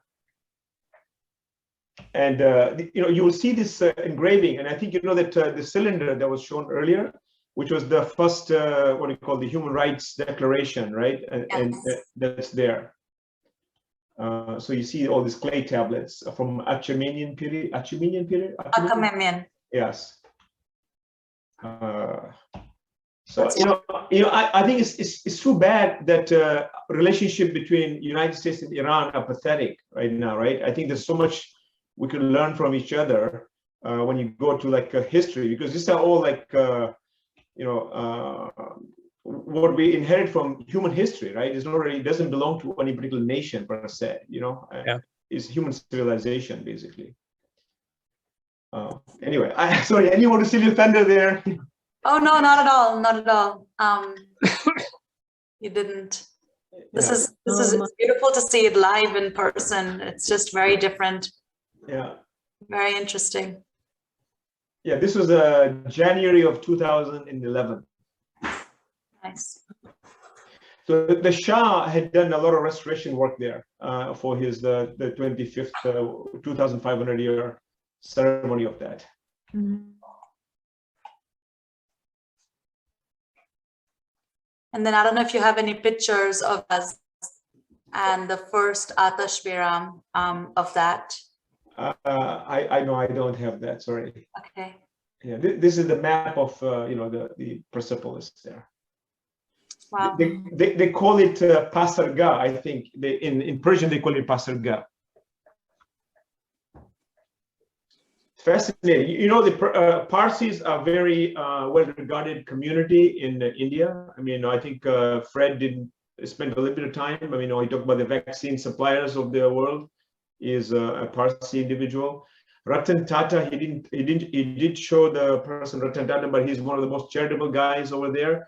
The way he runs his enterprise is that they do things good, and a lot of the profit that make from the enterprise is cycled back to build the community. He is a very inspirational figure in all of India, basically. You can think of him. He preceded Bill. He probably has given more money than Bill Gates has, I would say. Is that right, Mahrukh? Yes, you're absolutely right. And Javed, I should have had you as one of the panelists today. No, I came as a student. I learned from you guys. You guys did a fantastic job. I think we share a lot of cultural things. Yes, we do. Yes, we do. Gujarati speaking. I mean, Gujarati बोले छे तो बोले समझ पड़े छे ने. બધું સમજ પડે છે. Toby, I don't know if you know that I speak several languages, but Gujarati, me and my wife, we speak Gujarati at home. And Gujarati is our language, my mother language. Mother tongue is Kutchi, but Gujarati is the business language. Well, that's great. Yeah, I just wanted to share with all of you who might not know where Persepolis is. I had to look it up on Google. So it's not on the shore, but it is in kind of southern Iran. Yeah. Well, thank you all for hanging around. I learned even more. But I haven't had dinner yet, so I'm going to go eat. Yes, I know, me too. Yes, thank you very much. Thank you, Toby. I think it was a very well done event. I think the presentation was excellent. You were a fantastic moderator, Oh, thanks. I mean, Toby is my hero. He's I don't know how he does it. So we're always indebted to you and your service. Yes, thank you. Thank you very much. All. Thank you very much, everyone. Thank you, the panelists, all of you. Fantastic job. Thank you. Thank you very much. It was very wonderful. Steve, thank you, everyone. Bye-bye. Bye. Have a good night. And thank you, Nejmi, for hosting. Thank you. He's gone already, but I'll pass it he's along. gone already. Okay, thank you. Thank you, Steve. You bet. Take care.